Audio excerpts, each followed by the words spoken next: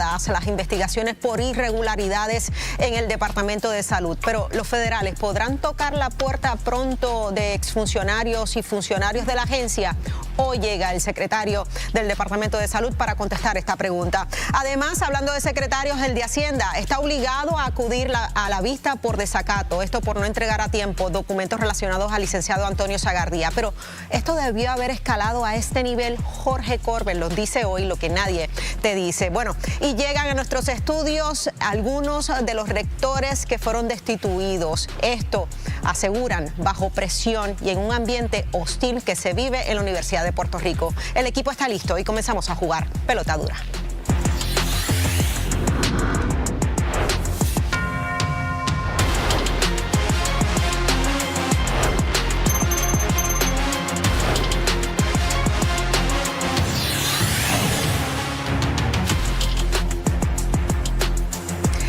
Amigos, soy Laisa Torres, bienvenidos una vez más a Jugando Pelota Dura. De inmediato les presento al equipo que me acompaña en la noche de hoy, compuesto por Armando Valdés y Humberto Mercader. Saludos a ambos. Saludos Laisa, saludos Humberto. Buenas noches Armando, Laisa y toda nuestra audiencia.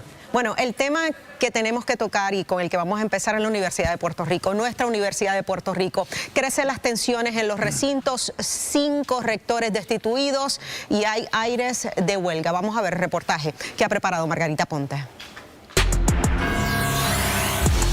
Repase conmigo la reciente secuencia de eventos en la Universidad de Puerto Rico. El pasado martes, la presidenta de la institución, Sayira Jordán, les retiró la confianza y pidió la renuncia a los rectores de Aguadilla, Ponce, Mayagüez, Bayamón y Río Piedras. Según Jordán, los sacados de sus puestos no se alineaban a su visión de futuro. Ayer jueves, la Junta de Gobierno de la UPR los destituyó. Pero, ¿se garantiza la estabilidad académica? Nos hicimos cargo de que el decano académico, que es a quien le corresponde liderar el recinto ante la ausencia de rector, estuviera a cargo y estuviera de acuerdo. También ayer, estudiantes de los recintos de Mayagüez y Ponce decretaron paros de 72 horas, mientras varios de los perjudicados expresaron su malestar, asegurando que presentaron sus cartas de renuncia bajo amenaza en medio de un ambiente hostil. Esto se vivió hoy en el recinto de Río Piedras. En el contexto de lo que está sucediendo entre la gobernadora y el presidente del Senado, ¿qué pensamos? Que la UPR se está yendo enredada en esa pelea pequeña y no se están hablando de los problemas reales del país, tanto a nivel general como a nivel de universidad. ¿Este proceso habrá sido razonable? ¿Será beneficioso para el sistema universitario?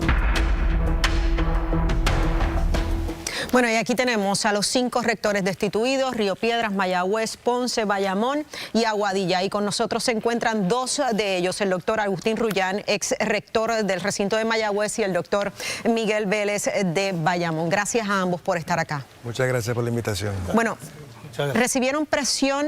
¿Se sintieron engañados en este intento o lo que resultó ser en su destitución?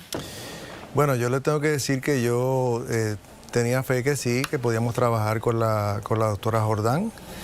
Ella a mí pues me pidió que fuera rector, que la acompañara, que fuera parte de su equipo cuando empezamos en su jornada como presidenta. Y pues me sorprendió, ¿verdad?, que me pidiera la renuncia de esa manera. Nos invitaron a una reunión que parecía que se iban a discutir temas importantes. Y ahí le presentaron la carta de renuncia. Nos llevaron uno por uno en un one-on-one. Y entonces ahí nos presentaron la carta de renuncia. ¿Igual situación pasó usted? Pues yo tengo que ser bien sincero, o sea, no había tal cosa como una amenaza o un ambiente hostil en esa conversación. Simplemente ella me indicó, tan pronto comenzamos a hablar, me indicó que necesitaba que yo pusiera a disposición el puesto. ¿Pero los obligan a firmar un documento? Bueno, ¿los obligan a firmar la renuncia? Ahí quiero aclarar, ¿verdad? Ella me indica que ponga a disposición el puesto, cosa a la que yo inmediatamente dije, bueno, mi posición es de confianza y yo estoy claro, ¿verdad? Así que yo en ese sentido estoy totalmente claro y totalmente tranquilo. ¿En algún momento en los últimos meses hubo alguna controversia con ella, algún desacuerdo en algún proyecto, reforma que ella quería hacer? que los llevara a esto. Por eso, él, como dice el doctor Rullán, o sea, ninguno nos imaginamos llegar a este nivel porque nosotros hemos cooperado todo el tiempo. Desde el mismo primer día yo indiqué claramente que yo me tenía que alinear a su plan de trabajo, ¿verdad? Y que teníamos. Y así se lo habían, comunicado. Desde el primer día. Rullán, entonces, ¿por qué sucede esto? ¿Qué hay detrás de esta solicitud de renuncia? Yo no le puedo decir qué es lo que hay detrás de la solicitud. Yo sí reconozco que ella tiene derecho a formar su equipo de trabajo, como ella entienda. Lo que sí, pues que me sorprendió que llegara particularmente de esta manera y que de momento pues sentí que desaparecía del mapa sin ninguna explicación y pues para mí es importante el trabajo que hemos hecho en el recinto universitario de Mayagüez. Vélez, usted menciona que usted se había planteado alinearse con el plan de trabajo de la doctora Jordán Conde. ¿Usted podría describirlo? ¿Qué es lo que ella quiere lograr en la Universidad de Puerto Rico? Bueno, el plan de trabajo incluye muchas cosas, ¿verdad? Hay un plan de transformación. ¿Cuál es la visión? Hay un plan de transformación de la universidad que obviamente todos estamos de acuerdo. ¿Que incluye qué? Incluye educación virtual, ¿verdad? Una de las cosas, transformar nuestros currículos, porque obviamente hay ¿Consolidación o cierre de recintos? Eso no se mencionó en ningún momento abiertamente. No. Abiertamente no. Abiertamente ¿Qué no. quiere decir por abiertamente? Porque no sé, yo sé, hay unas conversaciones que sí hay propuestas establecidas. En algún momento se mencionó hay propuestas establecidas en este momento por esta presidenta. Los servicios compartidos, que es un tema que se está hablando hace un par de años, pues cómo se iba a trabajar el asunto de los servicios. ¿Su salida podría tener que ver con la posibilidad de cierre de recintos? Pues en ningún momento yo expresé nada en contra de lo que se estaba haciendo, así que no debería tener que ver con eso. ¿Y en el caso de Rullán? Sí, mire, el plan de la presidenta, según ella nos ha explicado, tiene 6 pilares. Ajá. Incluye varias cosas, admisión abierta, propiedad intelectual y otras cosas. Sí, yo creo que todas esas cosas tenían alguna manera de trabajarse. Y pues no sé si se interpretó que yo no me alineaba. Rectores, si además de los 5 rectores que, ¿verdad?, sacan, se ha escuchado que hay otras personas de la administración central que también han sacado, incluso que algunos llegaron con ella. ¿Eso es correcto? Sí, ha habido salidas, porque eso se sabe. Ha habido salidas en distintos momentos. Puede ser personas que no se sienten conformes con su estilo de trabajo o con el plan. Pero que han salido porque lo han destituido o ellos han renunciado. Bueno, entiendo que ha habido de ambos. De ambos. Pero que hay que estar bien claro. O sea, ella tiene esa prerrogativa con el equipo de confianza, sea su equipo allí en presidencia o con los rectores. O sea, eso aquí queda meridianamente claro. En el caso, ¿verdad?, de su recinto, la salida de ustedes, ¿verdad? Ustedes entran, ustedes tienen un equipo de trabajo, ustedes se van. ¿Cuántos se fueron detrás de ustedes? ¿En Mayagüez? ¿En Bayamón? Bueno, ahora mismo están todos ellos allí esperando a ver qué va a pasar, porque nos preocupa que la universidad siga corriendo. Así que mi antiguo equipo de trabajo sigue allí hasta que el nuevo rector pues entre. Bayamón, de momento, el decano académico ha asumido el control de la institución y está todo el equipo de momento cooperando a lo que vaya a suceder. Rullán, grandes cambios no sé si va a haber, porque nombraron de interino a Miguel Muñoz, que esta es la vez número que ha estado por ahí, 3ª, 4ª, 5ª por ahí, así que grandes cambios no parece que son los que vienen. Sí, no puedo hacer mucha interpretación, ¿verdad? Porque lo entra como rector interino y yo interpreto un rector interino, alguien que va a mantener las cosas corriendo hasta que identifiquen quién va a ser el próximo rector. Ahora se abren procesos abiertos para que personas, ¿verdad?, compitan para ser rectores, o cómo es el proceso ahora en cada uno de sus recintos. Sí, hay un reglamento que establece cómo se llevan a cabo los nombramientos de los rectores. Hay unas consultas, la lleva a cabo el Senado académico con representación claustral, estudiantil, y pues también se obtiene... Pero al final la presidenta tiene la última palabra, o la Junta, al final ¿cómo funciona eso? Lo que dice la ley de la Universidad de Puerto Rico es que los rectores son nombrados o destituidos por la Junta de Gobierno, pero el proceso tradicional es que los senados presentan una lista de personas, una terna, y entonces de ahí, pues la presidencia, quien esté en ese momento, pues recomienda. Por la experiencia de ustedes, ¿verdad? Y esto que está pasando en este momento que definitivamente desestabiliza el sistema universitario. Aires de huelga, una huelga general, ¿la ven pasando, sucediendo próximamente? La historia nos dice que sí. Que sí. Porque cada vez que suceden situaciones como esta, empieza por algún recinto, como en este caso comenzó Mayagüez, y se siguen añadiendo. El semestre no termina a tiempo. Siempre va a terminar. Siempre va a terminar, pero siempre no a va a tiempo. terminar, porque siempre somos resilientes y nos superamos y salimos adelante. Eso yo siempre lo he establecido y ha pasado históricamente todo el tiempo. Bueno, gracias a ambos. Gracias por estar acá. Vamos a ver en qué depara todo esto y cómo la universidad, ¿verdad?, se vuelve a estabilizar a raíz de este jamaquión que ha recibido. Hacemos una pausa, amigos, pero antes llega el secretario del Departamento de Salud. Cuéntame, Margarita. Así es, Laisa. El doctor Víctor Ramos se defiende. Está aquí en el estudio. Habla de irregularidades en salud bajo la pasada administración. Lo denunció. ¿A quién le habló? Él nos dice. Y en lo que no te dicen justamente, Jorge Colbert destapa lo que pudiera haber detrás de la citación al secretario de Hacienda. Mire quiénes están aquí. Jorge, venimos con información. Así es, tenemos dos distinguidos invitados, pero particularmente vamos a traer un elemento nuevo que me parece que es lo que hay detrás de toda esta solicitud por parte del Senado de Puerto Rico. Por eso es que necesitamos este segmento. Así que nosotros ahora hacemos una corta pausa y regresamos en solo minutos.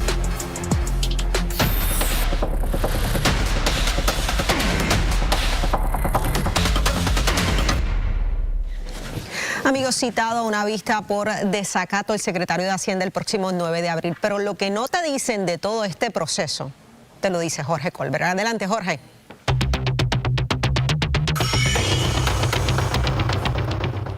Bueno, les voy a explicar la verdad de lo que hay detrás de toda esta pugna con relación a la información del licenciado Antonio Zagardía.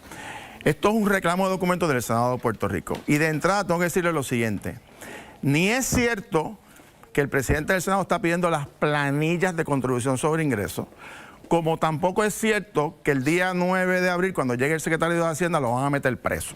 Vamos a explicar qué es lo que está pasando aquí y cuál es la verdadera controversia que hay con relación a esto. Antes de explicarles la cronología de eventos y las razones, vamos a ver unas declaraciones del propio secretario de Hacienda, qué es lo que él está planteando para entonces entrar en su discusión. Lo importante yo creo que aquí es aclarar que el Departamento de Hacienda no va a incumplir con los dictámenes de los tribunales, porque esto es un país de ley y orden. Lo que sí es importante es pues garantizar lo que la ley dispone, que es que se debe preservar la confidencialidad de la información y que no se puede divulgar sin la autorización expresa del propio contribuyente. Y eso es lo que se busca también, que el tribunal se exprese sobre ese aspecto y siempre vamos a respetar los dictámenes de los tribunales. Bueno, vamos a entrar de lleno porque no es exactamente como ha dicho el secretario de Hacienda y les voy a explicar por qué. Vamos primero a la cronología de eventos para que todo el mundo esté claro qué es lo que está ocurriendo aquí. Miren, el Senado de Puerto Rico requirió información sobre un contribuyente. Todo el mundo sabe que es el licenciado Antonio Zagardía, luego de la controversia que hubo con declaraciones del exsecretario. Luego, el Departamento de Hacienda no entrega los documentos requeridos, es decir, incumple con una orden o una petición del Senado de Puerto Rico que votó de manera unánime sobre este particular. Entonces luego, ¿qué sucede? El Senado va al tribunal y le dice al tribunal, el Departamento de Hacienda no entregó el requerimiento de información solicitada. El tribunal entonces ordena la entrega de los documentos en 48 horas. Le dijo, tienen que entregarlo. Y les voy a enseñar ya mismo la determinación de la honorable jueza donde explica por qué es que tiene que emitir esa orden en 48 horas. Con posterioridad a ese señalamiento, entonces Hacienda vuelve e incumple, tampoco entrega en 48 horas, señalando que es que va a pedir una revisión a la jueza. Entonces el Senado pide el desacato al tribunal, es decir, el secretario de Hacienda incumplió con el Senado, incumplió con el tribunal también, con la orden del tribunal, y la jueza ha ordenado una vista de desacato el 9 de abril, que es luego de Semana Santa. Ahora bien, este documento es clave, porque esta es la orden de la jueza estableciendo la entrega de los documentos en 48 horas, que fue desacatada por el secretario de Hacienda. Ella plantea claramente que el tribunal, una vez el Senado emite el requerimiento de información, el tribunal, cito, no tiene discreción. ¿Qué quiere decir eso? Que ella automáticamente está emitiendo la orden y que si el secretario de Hacienda incumple, entonces va a la vista de desacato y donde tiene que hacer allí los planteamientos de objeciones constitucionales o legales y la jueza decidirá. Así que no es que el secretario Pantoja va a entrar allí y lo van a poner bajo arresto. Eso no es así. Ahora bien, ¿qué es lo que hay detrás de todo esto? Señores, y tenemos que tener claro, esta controversia no es de un empresario o una entidad privada de fondos privados, no lo es, donde el Estado o el Senado se quiere meter en las planillas privadas de un individuo privado o de una corporación privada que se nutre de fondos privados. Esa no es la controversia. Esto es un contratista que recibe fondos públicos. Y lo que está detrás de esto no es un asunto de planillas, es un asunto de la posibilidad de sobrefacturación. Es decir, que está facturando más horas. No estoy diciendo que Zagaldía lo hizo, estoy diciendo que eso es por donde se dirige la investigación. Por eso Zagaldía dijo, yo tengo otros contratistas subcontratados, ¿verdad? Otros abogados subcontratados. Y lo que pidió el presidente del Senado es que se le certifique si eso es así y quiénes son esas personas. Por eso es que el objetivo de esta investigación legislativa, que en mi criterio tiene un fin público, porque se trata de fondos del pueblo de Puerto Rico, porque la legislatura es el que custodia, aprueba y fiscaliza el presupuesto del gobierno. Para hablarnos sobre este particular está con nosotros el licenciado José Efraín Hernández Acevedo y el exsecretario de Hacienda, don Francisco Párez. Saludos. Bueno, esta es la controversia. Monday Lironda, lo que aquí hay detrás es más que una planilla de un ente privado para ver qué encuentro. Aquí el planteamiento de lo que está buscando, licenciado, parece el Senado de Puerto Rico, es ver si hay una sobrefacturación, que las horas no cuadren entre los contratos. Sí, sin duda. La petición que está haciendo el Senado de Puerto Rico es que se le provea las 480 o W2 que haya se le certifique lo que está pidiendo. Antonio Zagaldía. Claro, ¿qué es lo que está detrás de todo esto? No somos ingenuos.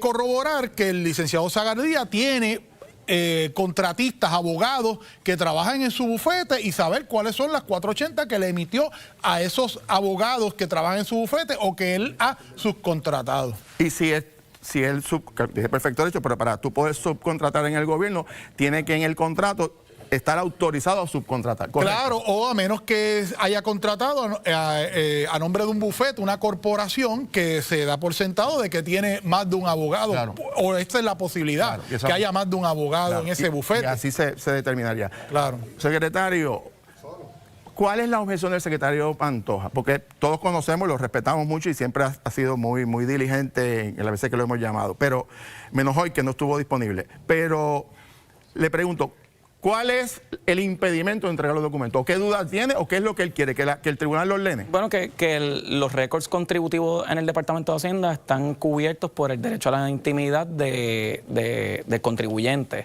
Y a pesar de que no se están solicitando las planillas, implícitamente se está solicitando información que puede ser un componente de su planilla de contribución sobre ingresos, y esto podría dar paso a una especulación sobre la planilla de la persona imputada aquí, que es el licenciado Antonio Zagaldía. Aquí entonces está chocando el derecho de un contribuyente, sí, con las facultades de la facultad constitucional investigativa del Poder Legislativo. ¿Quién va a prevalecer aquí? ¿Y cuál es la o qué ha resuelto el Tribunal Supremo? Bueno, te voy a aclarar lo siguiente. El Departamento de Hacienda radicó una moción de reconsideración y a eso la jueza emitió una orden para que el Senado replicara antes de la vista y que va a resolver la controversia en la vista que hay de desacato, donde el secretario de Hacienda tendrá que demostrar las razones por las cuales ha incumplido o cumplir.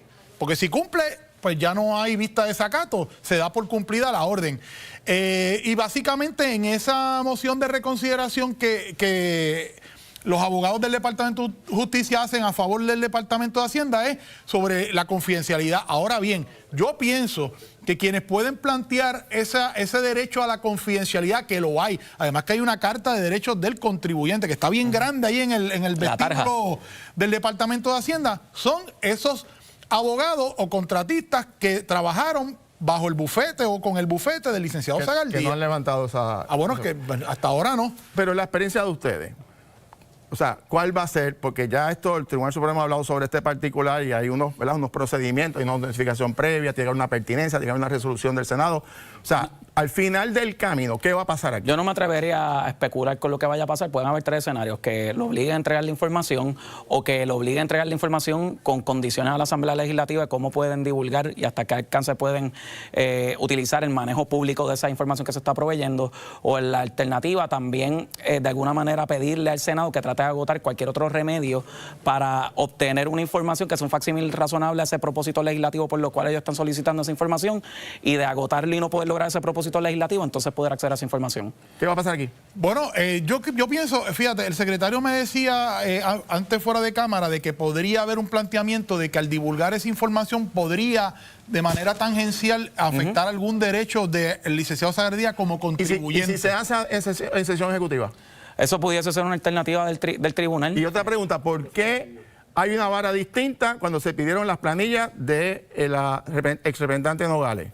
Que se discutió y la Cámara tuvo acceso y le radicaron cargos. ¿Por qué ahora a Sagardía no es la misma vara? En el caso de Mariana Nogales, la controversia era el acceso al Departamento de Justicia. Y en esencia es porque el Departamento de Hacienda básicamente fue con un agente a querellarse porque entendía que se había cometido un delito. Así que es distinto, ciertamente es bien Pero distinto. las planillas fueron objeto de análisis. No, pero fueron la controversia con el Departamento de Hacienda en ese momento que levantaron el planteamiento era porque se compartió con un fiscal. Pues yo creo que es distinguible de este caso totalmente. Muy bien, tengo preguntas del senador Armando Valdés. Parece, si usted fuese secretario de Hacienda, en este momento recibe la solicitud del Senado para entregar estas informativas, ¿usted las habría entregado o usted entiende que efectivamente estos documentos están cobijados por la confidencialidad que ampara a los contribuyentes? Yo creo que hubiese actuado de manera similar porque la ley, la Constitución requiere, ¿verdad? Por un caso que hubo, que creo yo que es Rullán, requiere que haya una orden del tribunal. Una vez llegó la orden del tribunal, tal vez yo hubiese manejado un poco la cosa distinta como lo está manejando el secretario, hubiese persuadido al licenciado Antonio Sagardía que sea él que vaya y reclame su derecho porque ya el Senado cumplió con la orden del tribunal hace unos días atrás. ¿Usted lo entregaría, sí o no? No te cuento. Bueno, yo daría la pelea.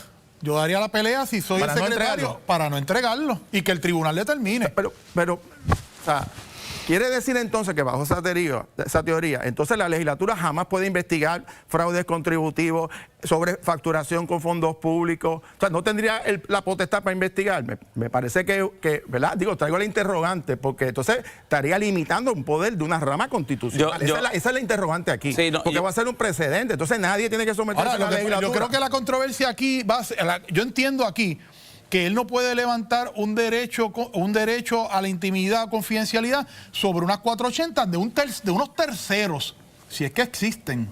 Jorge, es que es lo mismo que decir que los legisladores se pueden meter a tu casa. Perdón. Entonces, Jorge, pero el derecho Jorge, pero te estoy explicando el derecho a la intimidad. Jorge, permíteme explicar, no me interrumpas, por favor.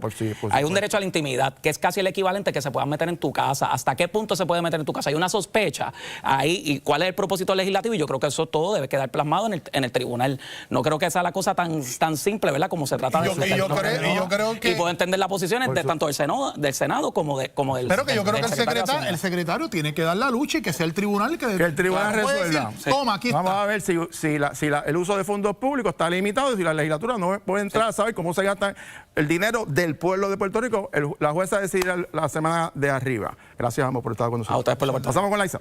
El 9 de abril decidirá Jorge. Bueno, amigos, vamos a hacer una pausa, pero al regreso llega el doctor Víctor Ramos, se defiende. Habla de irregularidades en el Departamento de Salud bajo la pasada administración. ¿Quién denunció? ¿Quién está investigando? Todo eso nos lo dice aquí.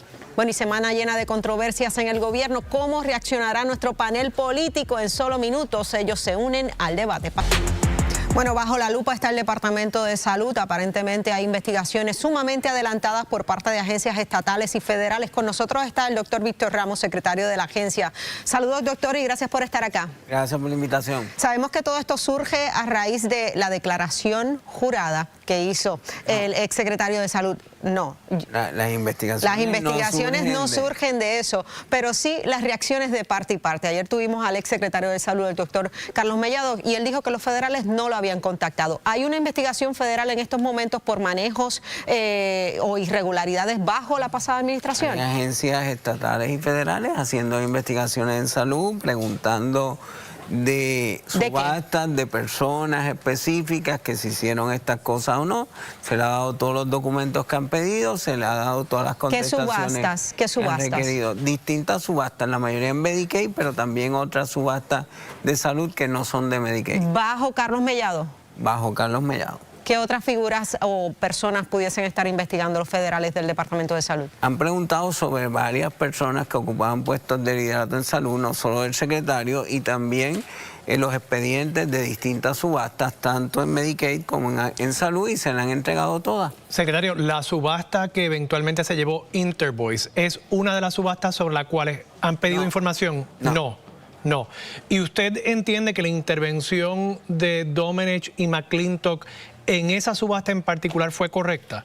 No entrando en el detalle de si hubo intimidación o no, pero ¿cree que fue correcta? Lo que pasa es que yo no sé qué pasó entre Domenech y McClintock y el secretario anterior. Yo te puedo decir qué pasó cuando yo llegué a salud. Cuando yo llego a salud, todas las subastas de Medicaid estaban impugnadas. Estaban impugnadas porque a alguien se le ocurrió que en vez de notificar por 30 días, como dice el EPAU, le iban a dar 20 por una interpretación de alguien, y todas las subastas estaban impugnadas. ¿Y esas son las subastas que están siendo investigadas? No, sí. Algunas son de esas, otras son de antes. Entonces viene el procurador general nuevo y me dice: estas impugnaciones, la mayoría son por término, pide que te las devuelvan y notifícalas bien. Así que yo pido que me las devuelvan todas. Ahí se tramita uno de los contratos de Intervoice del Provider Enrollment, que fue una subasta del 24 de ellos, que termina el contrato en marzo del 2025. Sobre la del HIE, que es la que yo cancelo, yo era el médico en las juntas de HIE antes. A mí me estuvo muy raro la cantidad bajita que era. Cuando yo veo la mitad de las cosas que tenía que pedirse en la subasta no se pidieron. Por eso licitan 11 compañías, incluyendo compañías que no podían hacer equipo. Así que se hace una nueva donde licitan solo 5. CONSA, que es la que prefería el gobierno pasado, licita 12 millones más que Intervoice. Intervoice era el único que cumplía con todos los requisitos. Se le adjudica a Intervoice y no se impugnó. Y esa no está siendo investigada, según usted, por los federales. Secretario, en todo esto hay muchas casualidades y yo soy escéptico de las casualidades. En el día de ayer en particular, Denis Pérez lo acabó de poner en sus redes sociales, la licenciada Mariela Ballines, que ha sido bastante crítica ¿verdad? Sobre la administración, endosó al presidente del Senado y dice que el presidente del Senado debe ser el gobernador. Hoy, de casualidad, hoy el Departamento de Salud lleva un operativo que todavía me dicen, salen los videos y fotos que todavía están metidas en el negocio de Mariela Ballines, que también lo dijo allí en el negocio. ¿Usted puede asegurar que esto no es revanchismo, que aquí no hay represalias? Yo no sé cuál es el negocio de la señora. En salud hoy hubo una notificación. A veces se hacen querellas sobre restaurantes específicos. Okay. A veces se hacen querellas generales. Hay una rata y salieron de estos restaurantes y se hace un perímetro.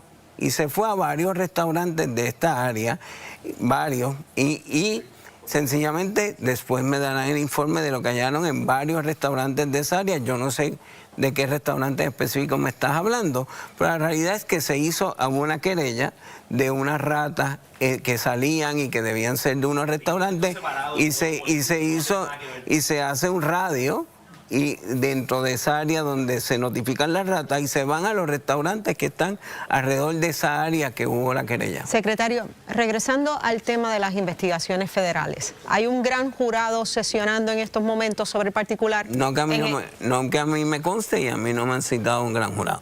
¿A usted no lo han citado? No, y no que a mí me conste. Yo sé de las investigaciones que hay en salud. Al ex secretario de Salud, el doctor Carlos Mellado, ¿usted puede decirnos aquí que sí va a ser citado a nivel federal por las investigaciones? Eso lo deciden las autoridades federales, a quién cita, a quién no. Yo puedo decir que hay agencias estatales y federales investigando en salud. Se le han dado todo lo que han pedido, se le ha contestado todas las preguntas que han hecho. ¿Qué van a hacer ellos con los documentos, con las entrevistas que han hecho? Pues eso lo deciden ellos. Cuando menciona agencias estatales, secretario, ¿a cuáles se refiere específicamente? Está investigando el Contralor, está investigando las distintas agencias. ¿Justicia? Justicia ha hecho algunas investigaciones también. El Partido Popular Democrático presentó una resolución, ¿verdad?, para interpelarlo a usted. ¿Usted está listo para una interpelación? No tengo problema, voy a ser el primero que voy a tener 2 comisiones totales. Y como yo no he hecho nada malo, no tengo ningún problema en que me interroguen las veces que me quieran interrogar. ¿Cuándo los federales tocan la puerta de Mellado? Eso lo sabrán ellos. Pero eso yo solo puedo decir, hay investigaciones, se dieron todos los documentos que pidieron, se entrevistaron a todas las personas que ellos requirieron entrevistar, se le contestaron todas sus preguntas y las autoridades que son las encargadas de decidir, decidirán qué van a hacer con la información que se les dio, que ellos pidieron. Gracias, secretario. Gracias Siempre por estar acá. Ya, bueno, es momento de entrar al tema de análisis político con nuestro panel de los viernes, compuesto por la licenciada Anibel Sloan, buenas noches, licenciado Adrián González, portavoz alterno del PIB en el Senado, y Nitza Morán, senadora del PNP. Gracias a los tres por estar acá. Gracias. Bueno, comenzamos el programa hablando de esta citación, ¿verdad? Una vista por desacato al secretario de Hacienda. ¿Debió o no debió haber entregado esos documentos solicitados por el Senado? Bueno, cuando el Senado le pidió los documentos por primera vez, era razonable que el secretario de Hacienda dijera, bueno, hay confidencialidad del contribuyente, me tienes que traer una orden del tribunal. Pero una vez el Senado consiga la orden del tribunal, el secretario de Hacienda tiene que inmediatamente entregar los documentos, porque él no se puede convertir en abogado de Antonio Zagardía, que es lo que está haciendo el gobierno de Puerto Rico. Y el que no tiene hecha no tiene sospecha. Entregue los documentos y entonces, si no lo hace, da la impresión al país de que quieren ocultar información y de que quieren impedir que se sepa la verdad. Adrián, la posición del secretario de Hacienda, Francisco Párez, exsecretario, pues validó el proceso de que sea el tribunal que determine finalmente. Bueno, esa es la posición cómoda para un secretario en términos de no tener una responsabilidad de divulgar cosas por las cuales después quizás enfrenten algún tipo de reclamo. Lo cierto es que la historia está ahí. De hecho, pudieran hasta discernir, ¿no?, en un documento que se divulga y que no. Esa es los famosos documentos clasificados. Uno puede entregar un documento y tachar información confidencial, pero entrega el documento. También aquí se están pidiendo certificaciones de hechos.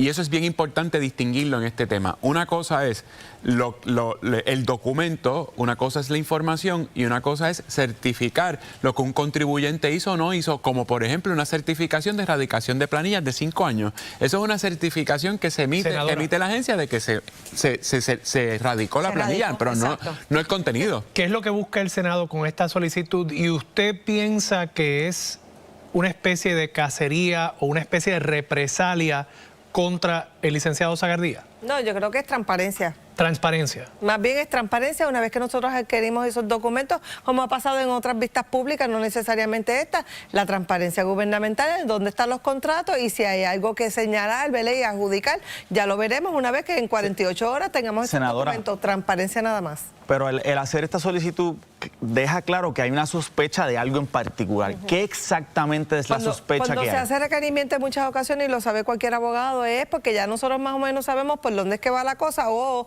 se ha llegado información de que por dónde piensan que va la cosa. Así que cuando nosotros tengamos esa certificación, esos documentos, especialmente si hay una sobrefacturación o hay algo que señalar sobre los contratos que tiene el señor licenciado Zagardía, lo vamos a ver cuando tengamos esa información. Esa es la teoría. Hay una teoría.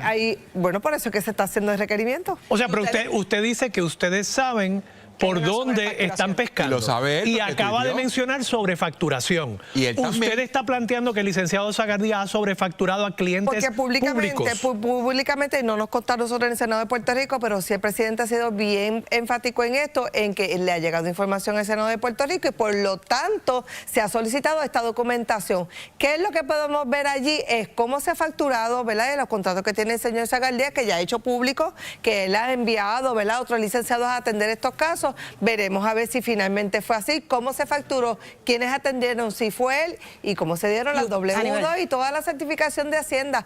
Pero es más bien transparencia y si hay algo que señalar y vamos a encontrar algo allí, pues entonces tendrá el señor Zagardía que pues ustedes no creen en el asunto y enfrentar la investigación segura. ¿Ustedes no creen que ante unas expresiones como esa del Senado de Puerto Rico, son hechos específicos, el secretario de Hacienda debe ser el primero que diga, un momentito, pues yo tengo que asegurarme de que ese contribuyente ha cumplido efectivamente con todas las leyes y reglamentos aplicables, en lugar de convertirse en su abogado, formal y tenemos en lugar que ser de ocultar información, cuando tú no tienes en lugar de ocultarle la verdad. Lo medular es que son contratos con el gobierno. Claro, eso es lo más importante. Ese dinero que están facturando lo pagamos también nosotros. La privacidad del contribuyente, eso también hay que tener los fondos públicos. Gracias a los tres por el análisis.